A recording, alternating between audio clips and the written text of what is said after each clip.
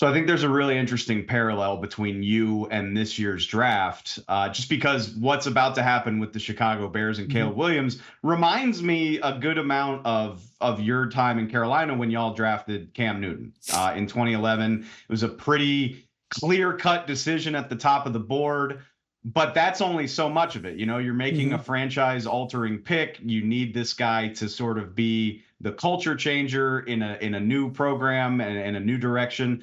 I'm just curious for your memories, your perspective of when, even as obvious as it looked from the outside, when did Mhm. y'all know Cam was your guy? And even after you come to that decision, what is the focus after that up until you get him in the building?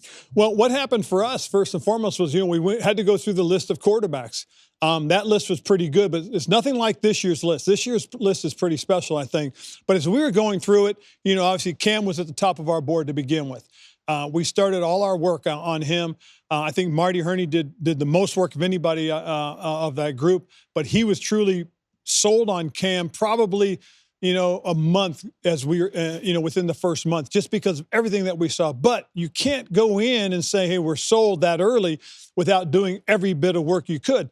And so for the next couple of months, everything was about, find out what he can't do. Let's find out what he's not capable of. And let's see how that's going to impact us. And then as we got ready and we got closer to the draft, now it was about, okay, what can he do? What are the skill sets that he has? What does he bring to the table? Okay, now, does that fit what we want to do, and how does it fit? And now those things that don't work for us, can we improve those things, or those are things we didn't have to worry about? I mean, there were so many questions like that we had to answer to figure out whether or not he was our guy. But I will, honestly, I would say within the last 3 weeks, we were 100% sure he was our guy. And then the final thing was a week before the draft, Marty flew out, visited with Cam and his family. And then after Marty did, a couple days later, just before the draft, a week before the draft, I flew out, met with him and his family. And when we got back, we talked about this, and we knew that he was going to be our guy. I mean, everything about him told us he was the fit for Carolina. So I want to go back to I'm so fascinated by the intricacy of the draft process, and I'm curious for your perspective on, you mentioned, having everybody in alignment, getting everybody on the same page with the plan of action. You think about, NFL teams employ dozens of scouts that start work on this in August, and the general managers involved. The coaching staff is obviously worried about the current season. Then they get involved when the draft process starts. What is the process like of marrying all of those aspects? And in your experience, what's the best that it's worked for you? Well, I'll give you a great example. It was Luke Kuechly.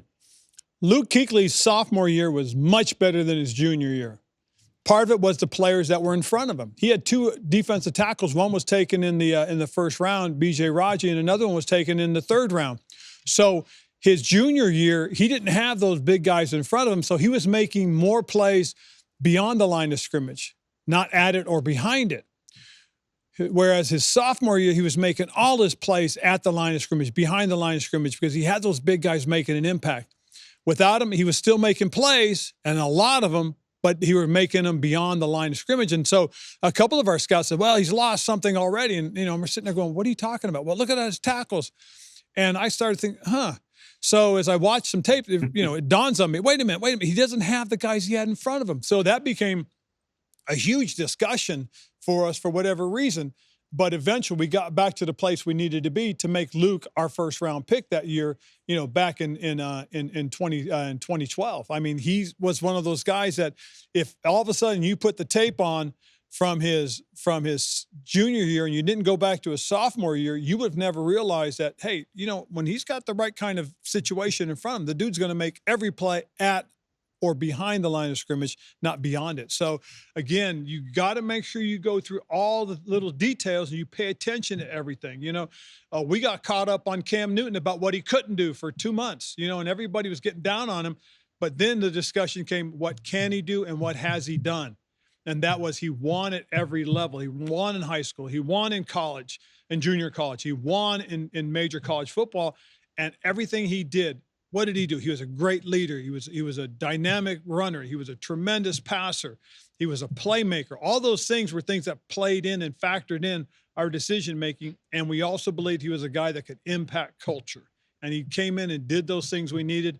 And as I've said before, unfortunately, the shoulder injury, I think, is one of the things that really unrailed his career. This is a guy that could still be playing because he had that tremendous athletic ability and skill set. Luke Kuechly is such a perfect example. I mean, just a phenomenal player, slam dunk draft pick, one of the best linebackers of his generation. And it leads into what I wanted to ask you about this conversation that happens every spring around this time about positional value. Mm-hmm. The example I wrote up is the Lions caught hell last year for drafting a running back and a linebacker in the first round. On the flip side, I mean, first of all, a good player is a good player, right? Yep. And if you find a Luke Kuechly, you're never going to second guess that decision. But I'm curious where you come down on that and how much. I do think it's something you have to consider when you think about the way contracts are slotted and stuff like that. But I'd be curious where a longtime coach comes down on how much you should pay attention to positional value versus just get good players on our team. Well, I think if you really look at where they picked those guys, it's not like they picked them in the first 5 or 6 picks. And that's usually where everybody starts worrying about positional value when it comes to running back. Okay. But they took them later in the draft in the first round. Okay. Then they went and got the linebacker, I think somewhere at 27 or something like that later in. It was in the 20s. Yeah. It was in the 20s. But you talked about 2 guys that they knew would come in, have the impact, believe they would have the impact that they needed to have them. And again, at that point, it's not necessarily positional value as much as those were guys that they believe were not just positional value guys for them, taking them where they did, but they were also the value was more so than anything else was they filled the need.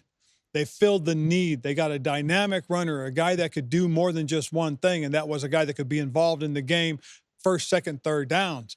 Then they went out and got a linebacker that not only could make plays, but also could help set the tone and tempo for the defense.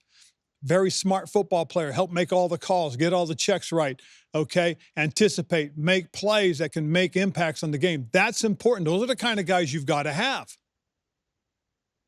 So do you find it like the cliche is that it's like the coaches against the nerds when you have these conversations? Yes. Do you find that does it split along those lines, or is it a little bit more nuanced than that? No, it does split on those lines sometimes, because what happens, and I don't necessarily want to call them nerds as much as, I want to call them information gatherers, guys that put all puts all that work in. I mean, these scouts are tremendous. These guys dig up everything. But we also have the analytics side that go out and they look at how these guys impact games based on certain situations, circumstances. They talk about what the value is for the position. And these are all things you have to take into consideration because, to be quite honest, because, running backs aren't being paid what they used to be paid. If you take a guy like that in the first round, they're not going to have that kind of impact on your salary cap. Okay, and so is it valuable to take a guy? Well, you take a guy because he's going to help your football team be a better team.